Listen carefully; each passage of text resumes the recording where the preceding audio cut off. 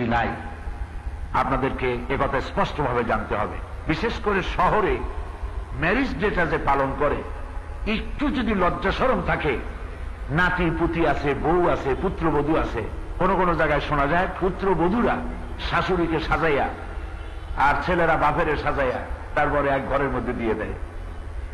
ইন্না লিল্লাহ পড়বেন না লা হাওলা পড়বেন? একটু শরম টরম তো থাকা উচিত। এই জন্য ম্যারেজ ডে এগুলি খ্রিস্টানদের থেকে এসেছে, হিন্দুদের থেকে এসেছে।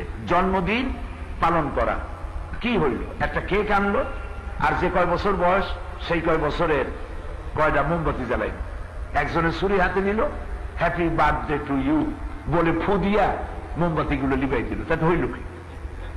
এটা কি হইল? কিছুই হইল।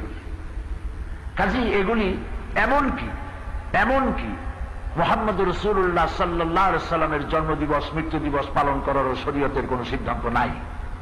আমাদের দেশে যারা এগুলি করে, এগুলি সুস্পষ্ট বিদআত। নবী করিম সাল্লাল্লাহু আলাইহি ওয়াসাল্লাম যেদিন পৃথিবীতে এসেছেন সেই দিন, অথবা যেদিন ইন্তেকাল করেছেন, একই দিনে এসেছেন, একই দিন ইন্তেকাল করেছেন, এই দিবস উদযাপন করা। আপনারা কি বলতে পারবেন যে সাহাবীদের চাইতে আমরা রাসূলুল্লাহকে বেশি ভালোবাসি? বলেন, পারবেন কেউ বলতে? তারা জীবন দিয়েছেন, তারা রক্ত দিয়েছেন। যদি কেউ দাবি করে সাহাবীদের চাইতে আমি বেশি ভালোবাসি রাসূলুল্লাহকে, তাহলে সে ভণ্ড, সে মিথ্যেবাদী। তো সাহাবায়ে কেরাম তারা তো নবী করিম সাল্লাল্লাহু আলাইহি ওয়াসাল্লামের জন্মদিবস, মৃত্যু দিবস পালন করেন নাই।